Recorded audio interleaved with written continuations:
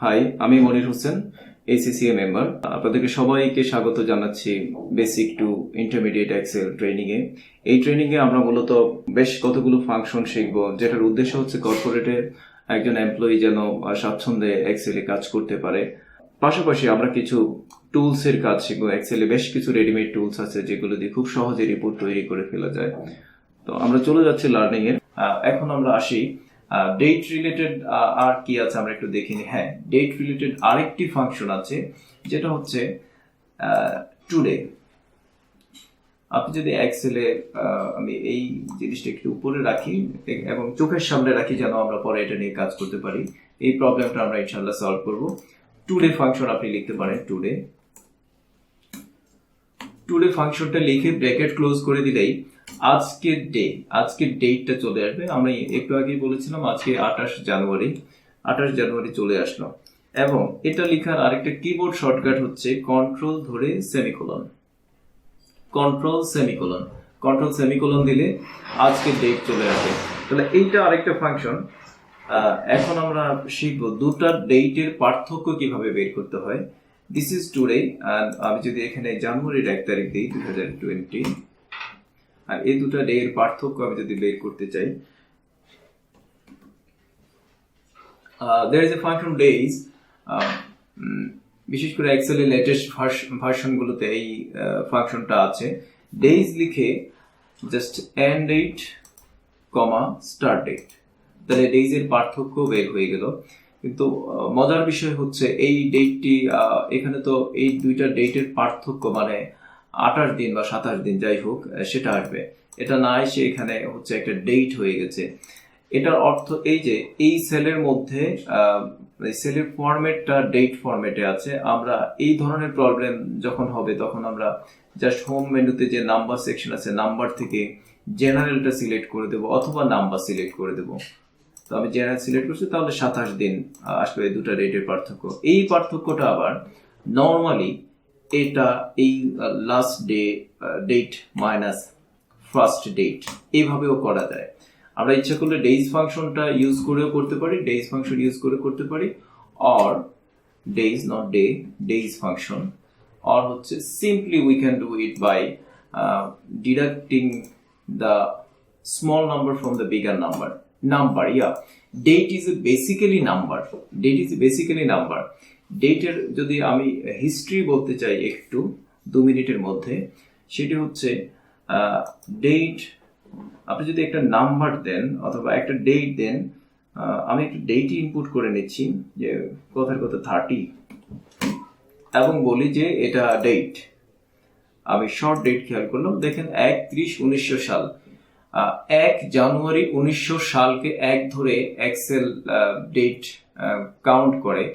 আমি 1 লিখছি, তখন আমরা বুঝতে পারবো 1 হচ্ছে, এবং শর্ট ডেট দিয়ে দিই 1 জানুয়ারি 1900 আসলো। এই 1 জানুয়ারি 1900 হচ্ছে এক্সেলের প্রথম ডেট, এবং সেখান থেকে সে কাউন্টিং শুরু করে। এইভাবে যদি আপনি 32 দেন, 32 মানে ফেব্রুয়ারির 1 তারিখ 1900 সাল, ফেব্রুয়ারির 1 তারিখ 1900 সাল, এইভাবেই এক্সেল ডেটকে কাউন্ট করে। তো ডেট ইজ বেসিক্যালি নাম্বার। আমরা যখনই কোনো ধরনের ক্যালকুলেশন আসবে, আমরা একটা ডেট থেকে অর্থাৎ একটা নাম্বার থেকে আরেকটা নাম্বার প্লাস মাইনাস করে ফেললে কাজ হয়ে যাবে। দেন আমরা এই ডেটের প্র্যাকটিস আমাদের মোটামুটি এখানে শেষ। এখন আমরা টাইম রিলেটেড যে সেম ভাবে টাইম রিলেটেড আরো 4টা বা 5টা ফাংশন রয়েছে, আমরা সেই ফাংশনগুলোকে শিখবো। এখন আমার এখানে হাইড করা ছিল, হাইড করা কলামটাকে আমি ওপেন করব। এক্সেলে হাইড করা কলামকে বা রোকে ওপেন করার জন্য যেই জায়গাটা হাইড আছে, আমার এখানে দেখতে পাচ্ছেন সি এবং ই এর মাঝখানে ডি হাইড আছে, তাহলে আমাকে দুটা কলামই সিলেক্ট করতে হবে একসাথে। অর্থাৎ যেই জায়গাটুকুতে হাইড আছে সেই জায়গাটুকু সিলেক্ট করে রাইট ক্লিক, দেন আনহাইড। এবার আমরা এই এমপ্লয়ি গুলোকে আলাদা একটা জায়গায় নিচ্ছি এবং কপি করে নিচ্ছি, এবং এখানে তাদের এন্ট্রি টাইম আমরা দিলাম। এন্ট্রি টাইমটা আমি দিচ্ছি 9:30, 12 সেকেন্ড, 10:00, 30 সেকেন্ড, 10টা 20 কোনো সেকেন্ড দিলাম না, 9টা 45 সেম টাইম দিলাম দুজনের। এখান থেকে একইভাবে ডেটের মধ্যে যেমন ইয়ার, মান্থ এবং ডে আলাদা করেছি, একইভাবে টাইম থেকে আমরা আওয়ার, মিনিট এবং সেকেন্ড আলাদা করব। তো আমরা এখানে লিখে নিই আগে টাইটেলগুলো, আওয়ার, মিনিট অ্যান্ড সেকেন্ড।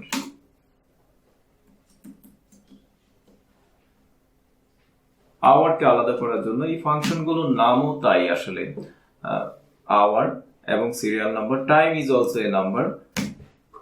মিনিটের ক্ষেত্রেও আমরা MINUT, minute, serial number, and finally the second serial number. এই তিনটাকে একসাথে ধরে আমরা নিচের দিকে কপি করে ফেলতে পারি। এবং দ্য সেম ওয়ে আমরা এখান থেকে টাইম তৈরি করতে পারি, যে এই তিনটা এলিমেন্টস থেকে ধরে নিচ্ছি এলিমেন্টস গুলো আলাদা আলাদা আছে, আওয়ার, মিনিট এবং সেকেন্ড, এই তিনটাকে একসাথে করে আমরা টাইম তৈরি করতে পারি। We can use the time function as well. It is asking for hour, minute and second. This is my hour, this is my minute and second এর জায়গায় আপনি ধরে নিচ্ছেন যে আমি এখান থেকে সেকেন্ড দিব না, আমি 0 দিয়ে দিব, তাহলে সবগুলোতেই সেকেন্ড 0 আসবে, অর্থাৎ আমি সেকেন্ড কাউন্ট করছি না। তো এই ম্যানিপুলেশনটাও আপনি ফাংশনের ভিতরে করতে পারেন। আমি ডাবল ক্লিক করে দিচ্ছি, টাইম চলে আসলো। আমরা উপরে ডেটের একটা শর্টকাট শিখেছিলাম, এখন আমরা টাইমের শর্টকাট এবং টাইমের একটা ফাংশন। এখন সময় কত, এক্সেলে এই ফাংশনটা বের করার জন্য just now, you can use now দিয়ে দিলেই এখন সময়, কারেন্ট টাইমটা চলে আসবে এবং সেটা কম্পিউটারে ঠিক যতটা বাজে যে সময়টা আছে সেই সময়টাই আসবে। বাট যখনই আপনি নাও ফাংশন ইউজ করবেন তখন তার সাথে ডেটটাও বসে যাবে। সেই ডেটটাকে রিমুভ করার জন্য এই সেলটা সিলেক্ট করে নাম্বার ফরম্যাট থেকে জাস্ট টাইম, তখন শুধুমাত্র টাইম আসলো।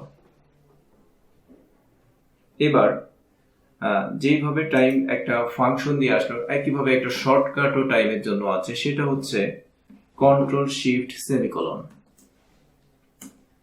আর সহজভাবে বললে, কন্ট্রোল ধরে যদি সেমিকোলন চাপি তাহলে ডেট আসে, আর কন্ট্রোল শিফট ধরে যদি সেমিকোলন চাপি তাহলে টাইম আসে। তাহলে আমরা এর মধ্যে হচ্ছে ডেট রিলেটেড 5টি ফাংশন শিখে ফেললাম। এই ফাংশনগুলো আমাদের বিভিন্ন কাজে লাগবে। তো বন্ধুরা, আজ এ পর্যন্তই। এক্সেলের পরবর্তী ক্লাসের আমন্ত্রণ জানিয়ে আমি আজকে এখানেই শেষ করছি। বিদায়, আল্লাহ হাফেজ।